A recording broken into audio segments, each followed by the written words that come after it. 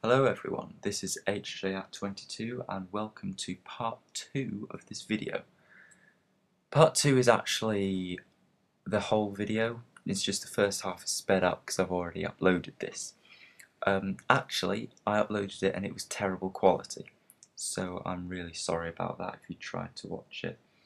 Because what actually happened was I'm recording using QuickTime on the Mac and I recorded it, commentated over it and uploaded it, and then I watched it back and I realised that it was a bit rubbish, so I apologise. Also, Hjat22 left a comment asking why I hadn't commentated the video from all perspectives, and I realise in retrospect that would be a much better idea. So here I'm just fast forwarding through what I actually uploaded already, and at some point I will switch to all perspectives, because it gives you a better overview of the game, sort of lets you know what's going on from 4 points of view rather than 2 in this case. So, in case you didn't watch the first video, this is a 4-gate rush. I'm playing Protoss and my friend is Terran.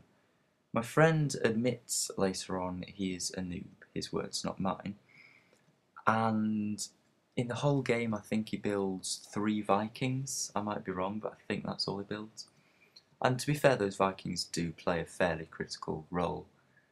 They stop this player who we're just watching now, I've just switched to all perspectives, they stop him managing to lift off his base and fly to make an expansion. So this Protoss player, he must have been playing a much longer term game, because he's only got 1 gateway up and what, 2 turrets and 1 zealot by the time I arrive, I think. So that's the good the good and the bad thing about 4-gate rush, really, isn't it? It's good because if the opponent's not prepared for it, then it's an easy win. But bad because it's similarly to a 6 pool, if it fails then you've got relatively few options to develop into mid-game. So it's sort of all or nothing. Although I have played a couple of games against Protoss where the initial 4-gate failed and then they just kept on 4-gating units in, and eventually it just wears you down because you're kept trapped in while they can expand. So here, this player's friend has sent in some Marines to help him out, and I've managed to warp in 3 Stalkers and a Zealot, which managed to mop them up. And at this, I don't go after the probes for some reason, because I don't think I see them leave. Okay, maybe I do. Maybe I just want to cripple his buildings first, and then I plan to go after this player. So, as you can see, somehow I managed to beat both these players in the initial rush, and then my comrade sort of steps in to mop them up. Here he is. Oh, he's got a medivac up. So yeah, he's probably got loads of resources, but not quite such a good army. But if we'd been playing a longer term game, he probably would have come into his own and really done well. And here this player's actually got a really good force, it's just he doesn't quite make it on the micro, I don't think. Because he sort of can't decide what to shoot. And this is a bit of a micro fail, my Stalkers keep my Zealots trapped in. Then I'll get past that. So enough about the gameplay for now. I'm going to talk about what I'd like to do with this channel. And I'm not sure if you've seen Onslaught and T-Mart's channel, but they do an interesting thing. They record Call of Duty, and then at some points they zoom out of the map to show you sort of overview, and then they highlight areas and say, now this is a high traffic area, this is what I should have done, I did this because, etc, etc. And sometimes in this I would just really like to do that, because, you know, I'm a bad player basically. I'm not pro.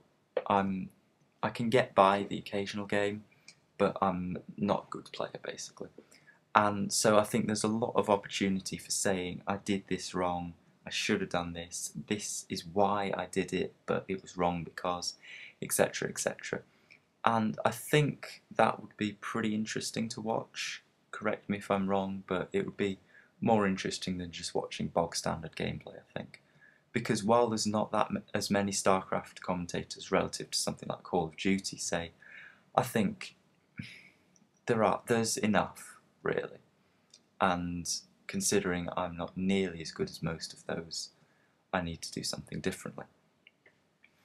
So here you can see oh yeah, I see this guy, the purple guy's natural expansion, but for some reason I think it's the blues.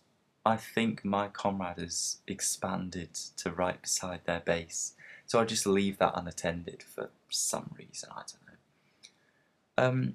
Anyway, this is where he tries to airlift off his base. Here I'm just chasing them down, basically. In my mind, I've got them beat. Okay, I've taken out both their main bases.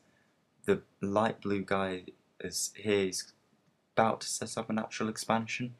The purple guy's got a natural up, but his main economy is crippled. So to me, we've won. And I think I'll leave a comment saying they don't give up, do they? Which they really don't. Yeah, lol, they won't give up. Face sticking its tongue out. So yeah, I'm just mopping up here. So if you watch this video, then please be a nice person, be a lovely, caring person, and just click that thumbs up sign. It doesn't take too much energy, really, does it? And it would make me feel very happy. And also, if you like what you see, then click the subscribe button. There will be more of the same, and as I said, I'm going to be trying to I'll put in more editing into future videos. I'll try and give you more production value. I'll highlight areas of the map, you know, pause the gameplay, say, you know, the enemy's here, why didn't I do this, I should have done this, etc, etc. And I think the game is coming to an end. He surrenders as soon as he realises I've seen his base. So, on that note, from me, Hjat22, it is goodbye.